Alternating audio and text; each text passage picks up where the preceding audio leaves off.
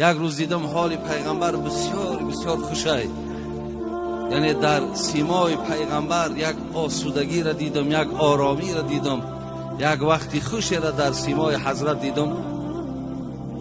همیشه پیغمبری خدا که بسیار مسئولیت های زیاد داشتن، بسیار به دعوت که مشغول بودن، همیشه خسته بودن، میگه این دفعه که بسیار حالش خوب یافتم. حضرت عایشه مادرمان در حال میگه گفتم یا رسول الله ادعو الله لی، میگه گفتم ای پیغمبری نازنین، اگه حالت هم میبینیم بسیار حالت گوارا و خوبه، در حق یک دعا کن. پیغمبری نازنین هم در حال دستش برداشت گفت اللهم اغفر لعایشه ما تقدم من ذنبها و ما تأخر و ما اسرت و ما اعلنت. میگه دستش برداشت گفت خدای مهربان، عایشه را هر یک کمبود و لغزش و خطایی که کرده است الله مهربان مغفرتش بگردم. وقتی میگه عایشه این دعای زیبا را از جانب شوهرش از این پیغمبری نازنین که شنید، میگه فضحکت عایشه حتی سقطت رأسها فی حجزها من الضحک.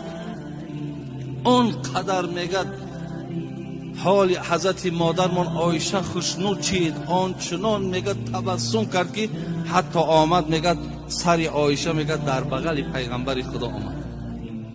بعد حضرت میگه گفتش ایسر که دعایی، عایشه گفت همین دعای ما وقت خوش کرد، بسیار خوشنود چیدی از دعای ما. میگه مادرمان گفت بله ای حبیبی خدا، از دعای تو من بسیار خوشنود شدم. پیامبرمان در اینجا چی گفت برادر عزیز؟ گفت والله